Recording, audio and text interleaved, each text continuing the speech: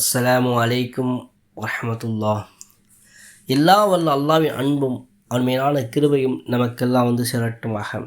அன்புக்குரிய அல்லாஹ்வின் நல்லடியார்களே, இன்றைக்கு நாம் ஒரு துவா பார்க்க இருக்கின்றோம், ஒரு சூறா பார்க்க இருக்கின்றோம். அது பல்வேறு விதமான நன்மைகளை தாங்கி நிற்கின்றது.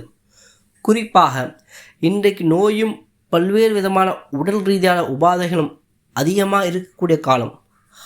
ஆரோக்கியத்தை தேடி நாலாபுறத்திலும் மக்கள் அங்கும் இங்கும் தேடக்கூடிய ஒரு காலகட்டம். இந்த சூறாவை அல்லாஹ் சுப்ஹானஹு வ தஆலா எவ்வளோ பெரிய நிவாரணத்தை வைத்திருக்கின்றான். அது என்ன சூறா, அதனுடைய பலன் என்னென்ன மாதிரியான நோய்கள் எல்லாம் அந்த சூறாவின் நிவாரணம் இருக்கின்றது என்பதை பற்றி தான் இந்த காணொலி நாம் பார்க்க இருக்கின்றோம்.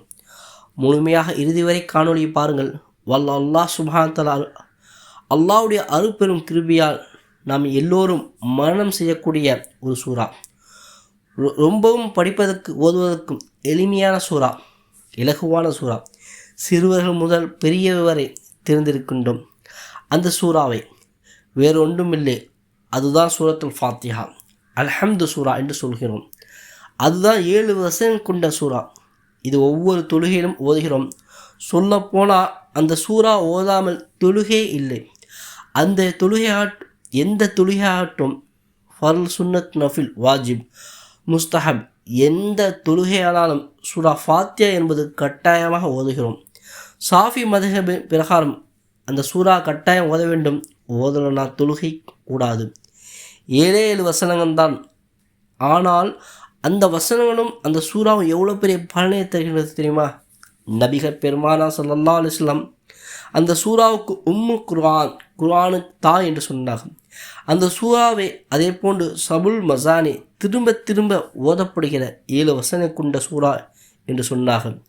இப்படி தான் அந்த சூறாவுக்கு ஒரு பெயர் இருக்கின்றது. அசாஃபியா, எல்லா நோய்க்கான நிவாரணத்தை தரக்கூடிய சூறா என்று பெருமானா ஸல்லல்லாஹு அலைஹி வஸல்லம் சொன்னார்கள். ஏன் இதற்கு சாஃபியா என்று பெயர் வந்தது?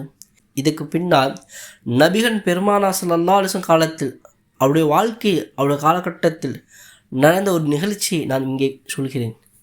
செய்தா அபு சயீதுல் ரலியல்லாஹு அன்ஹு புகாரி ஷரீஃப் இந்த ஹதீஸ் வந்திருக்கின்றது. முஸ்னத் அஹ்மத் வந்திருக்கின்றது. இன்னும் பல நூல்களில் இந்த ஹதீஸ் பதிவாக இருக்கின்றது. அபு சயீத் ஹுத்ரி ரலியல்லாஹு அன்ஹு இந்த ஹதீஸ் அறிவிப்பு செய்கின்றார்கள். நாங்கள் எல்லா ஊருக்கு போயிட்டு இருந்தோம். போயிட்டு ரிட்டன் வந்துட்டு இருக்கும்போது ஒரு கிராமத்தை கடந்து வந்தோம். எல்லாத்துக்கும் கடுமையான பசி. அந்த கிராம மக்கள்கிட்ட போய் இந்த மாதிரி நாங்கள் எல்லா வழி போக பயணத்தில் இருக்கின்றோம், பசியாக இருக்கின்றோம், ஏதாவது எங்களுக்கு நீங்கள் விருந்தோம்பல் செய்ய முடியுமா அப்படின்னு கேட்டோம். அவங்க யாருமே கண்டுக்கலை. பொதுவாகவே விருந்தோம்பல் கேட்டு இருந்தால் அவங்களை நன்றாக கவனித்து உபசரித்து அனுப்புவது, அப்படி தான் மார்க்கம் சொல்வது. விருந்தோம்பலுக்கு பெயர் போன மார்க்கமாச்சு இஸ்லாம். ஆனால் அந்த பகுதி மக்கள் எல்லாம் அதை பெருசாக நடக்கலை, கண்டுக்காமல் போயிட்டாங்க. இவங்க ரொம்ப கவலையை அடைந்து அந்த ஊருடைய எல்லையில் அப்படியே அந்த மரத்துக்கு கீழே கொஞ்சம் உட்கார்ந்து இருந்தார்கள். அந்த நேரம் பார்த்து அந்த ஊரில் இருந்த முக்கியமான தலைவருக்கு பாம்பு கொட்டி உடம்பெல்லாம் விஷம். சில ஹதீஸுடைய அறிவிப்பில் கருந்தேல் வந்திருக்கின்றது, சில அறிவிப்பில் பாம்பு என்று வந்திருக்கின்றது. ஆனால் ஏதோ ஒரு விஷம் ஜந்து அவளை கொட்டி விட்டது. விஷம் உடம்பெல்லாம் பரவிடுச்சு. மூச்சு பேச்சு இல்லாமல் அப்படியே கண்ணை மூடி கிடக்கிறார். ஊர் மக்கள் எல்லாம் அப்படியே ஆளை பறக்கிறார்கள். என்ன பண்ணுறது, எப்படியான மருத்துவம் கொடுக்குறது, யாருக்கும் ஒன்றும் தெரியல. கடைசி அந்த ஊரில் இருந்த ஒருத்தர் சொன்னான், எப்பா, கொஞ்ச நேரத்துக்கு முன்னே ஒரு பயணக்குழு வந்துச்சு. அவங்க ஊர் எல்லை தான் தங்கி இருக்கிறாங்க கேள்விப்பட்டோம். அவங்கள யாராவது மருத்துவர் இருக்கிறாரா, அவங்கள யாராவது வைத்தியம் செய்வார்கள் இருக்காங்களா சொல்லி பார்த்துட்டு வாங்கப்பா அப்படின்னு சொன்னாங்க. ஓடி போனாங்க 4 பேர். போய் இந்த மாதிரி உங்களால் யாராவது வைத்தியம் செய்ய ஆள் இருக்கின்றாங்களா, எங்கள் ஊர் தலைவருக்கு இந்த மாதிரி ஆயிடுச்சு, யாராவது ஹெல்ப் பண்ணுங்களே அப்படின்னு சொல்லிட்டு கேட்ட உடனே அந்த குழுந்து சிலர் சொன்னாங்களாம், நாங்கள் இப்போ தான் உங்கள்கிட்ட விருந்து கேட்டோம், நீங்கள் யாருமே கண்டுக்கலை. இப்போ எங்கள்கிட்ட உதவி கேட்கின்றீங்க. சரி, ஓகே, நாங்கள் செஞ்சு தரோம். நாங்கள் செஞ்ச கொடுத்தா எங்களுக்கு என்ன பலன், என்ன தருவீங்க அப்படின்னு கேட்டாங்க. என்ன நீங்கள் கேட்குறீங்க, எதிர்பார்க்குறீங்க சொல்லி அந்த ஊர் மக்கள் கேட்க, எங்களுக்கு 30 ஆடு தரணும், தந்தீங்கன்னா நான் உங்கள் வந்து வைத்தியம் பார்க்கிறோம் உங்கள் தலைவருக்கு அப்படின்னு சொல்லிவிட்டு ஓகே என்று அந்த டீல் வந்து பேச்சு முடிச்சாச்சு. இப்பொழுது இங்கிருந்து ஒரு மருத்துவம் செய்ய ஊருக்குள்ளே போகிறார். போனவர் செய்தனா அபூ சயீத் குத்ரி ரலியல்லாஹு அன்ஹு, பிரபலமான ஒரு சஹாபி. இவர்கள் போனாங்க. படுத்த படுக்கையாக மூச்சு பேச்சு இல்லாமல் கிடந்த அந்த மனிதருக்கு பக்கத்தில் போய் உட்கார்ந்து ஏதோ ஊதினான்.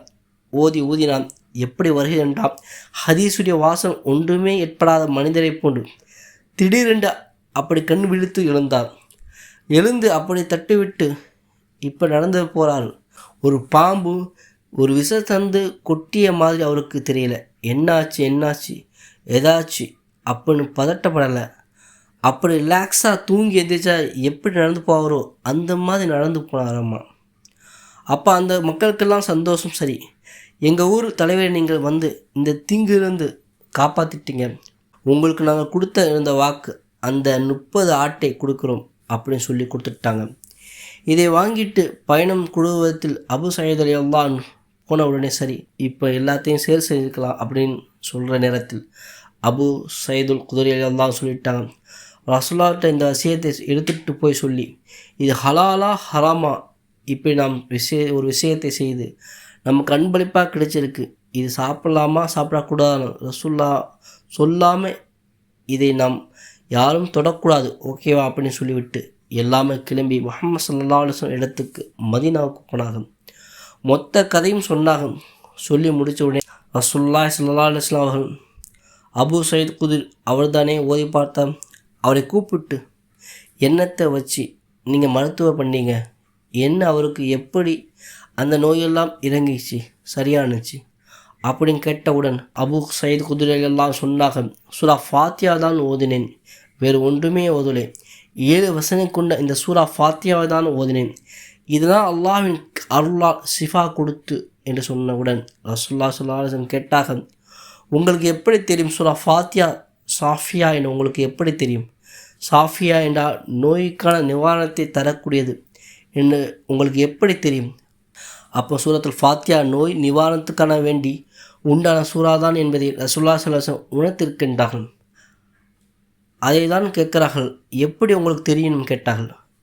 அப்போ ஹஜரத் அபூ சயீத் குத்ரி ரலியல்லாஹு அன்ஹு சொன்னார்கள், யா ரசூலல்லாஹ், அல்லாஹ் என்னுடைய உள்ளத்தில் அந்த விஷயத்தை போட்டு கொடுத்தான், அது இறைவனால் போடப்பட்டது, அது இறைவனால் போட்டு கொடுக்கப்பட்டது என்று சொன்ன உடனே சரி செஞ்சுங்க, இதன் மூலமாக கிடைத்த அன்பளிப்பு உங்களுக்கு தாராளமாக சாப்பிடுங்க என்று சொல்லிவிட்டு ஒரு பங்கு எனக்கு இருந்தால் கொஞ்சம் கொடுங்கள்னு சொல்லி கேட்டாங்க. சொல்லி முடிச்சுட்டு ரசூலுல்லாஹி ஸல்லல்லாஹு அலைஹி வஸல்லம் சிரித்ததாக ஹதீஸ் வந்திருக்கின்றது.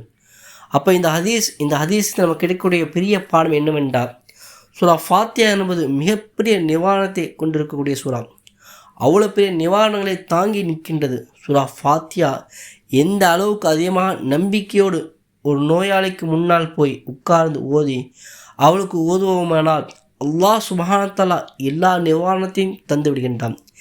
எந்த அளவுக்கு என்றால் இப்படியும் சில அறிஞர்கள் சொல்கின்றார்கள், சூனியம், கண்பாடு, பொறாமையினால் ஏற்பட்ட அந்த தீங்கு, இதிலிருந்து சூரத்துல் ஃபாத்தியா ஒரு மனிதனை காப்பாற்றும். பெரிய பாதிப்பாக இருக்கக்கூடிய சூனியத்திலிருந்தும் மனிதனை மீட்டெடுப்பதற்கு இந்த சூரத்துல் ஃபாத்தியா துணையாக நிற்கும். கண் பாதிப்பில் ஏற்பட்ட தீங்கிலிருந்து பாதுகாப்பதற்கும் சூரா ஃபாத்தியா காரணமாக இருக்கும். பொறாமையின் பார்வை ஏற்பட்ட தீங்கு, எல்லாருடைய பார்வையும் ஒரே மாதிரி இருக்குது இல்லையே, சிலருடைய பார்வை நல்ல பார்வையாக இருக்கும், ஆனந்த பார்வையாக இருக்கும், துவாவுடைய பார்வையாக இருக்கும், வேறு சிலருடைய பார்வை நன்மை கரிப்பது போன்று உண்டான பார்வையாக இருக்கும், நம்மை அப்படியே திம்பதி போன்ற உண்டான பார்வையாக இருக்கும். அப்போ அந்த மாதிரியான பார்வையெல்லாம் நமக்கு சில நேரங்களில் பிரச்சனை பண்ணும். அந்த பார்வையை கூட வீழ்த்தக்கூடிய ஆற்றலை அல்லாஹ் சுப்ஹானஹு வ தஆலா சூரா ஃபாத்தியாவுக்கு தந்திருக்கின்றான். எனவே அன்பு சகோதரர்களே, நோய்க்கு நிவாரணமாக எதை நாங்கள் ஓதுவது என்று இந்த சூரத்துல் ஃபாத்தியா நம்பிக்கையோடு ஓதி வாருங்கள்.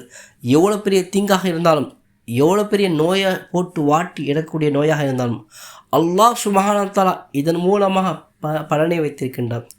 ஒன்று புரிஞ்சுக்குங்க, தொழாமல் அல்லாஹ்விட்ட நெருங்காமல் அல்லாஹ்விட்ட கையேந்தாமல் வெறுமன துவாவையும் வெறுமன சூறாக்களை மட்டும் ஓதுவதனால் கூட எந்த பலனும் கிடையாது. அல்லாஹ்விட்ட தொழணும், கண்ணீர் வடித்து கேட்கணும், அல்லாஹ்விடத்து மன்றாடணும். அத்தோடு சேர்த்து துவாக்களையும் படிக்க வேண்டும், சூறாக்களையும் படிக்க வேண்டும். அப்படி இருக்கும்போது நிச்சயமாக ரெண்டும் கூடி சேர்ந்து அல்லாஹ்வின் பேரருளையும் அவனுடைய பெருமதியான அவனுடைய அந்த ஆரோக்கியத்தையும் அல்லாஹ் சுப்ஹானஹு வ தஆலா நமக்கு திருப்பி தருவதற்கு போதுமானாக இருக்கின்றான். இந்த சூறா எவ்வளோ பெரிய மகத்தான ஆரோக்கியமிக்க சூறா என்பதை இந்த காணொளி உங்களுக்கு நான் தந்திருக்கின்றேன். அல்லாஹ் சுப்ஹானஹு வ தஆலா பேணி பின்பற்றக்கூடிய நடக்கக்கூடிய பாக்கியத்தை நம் யாவருக்கும் நசீபாக்குவானாக.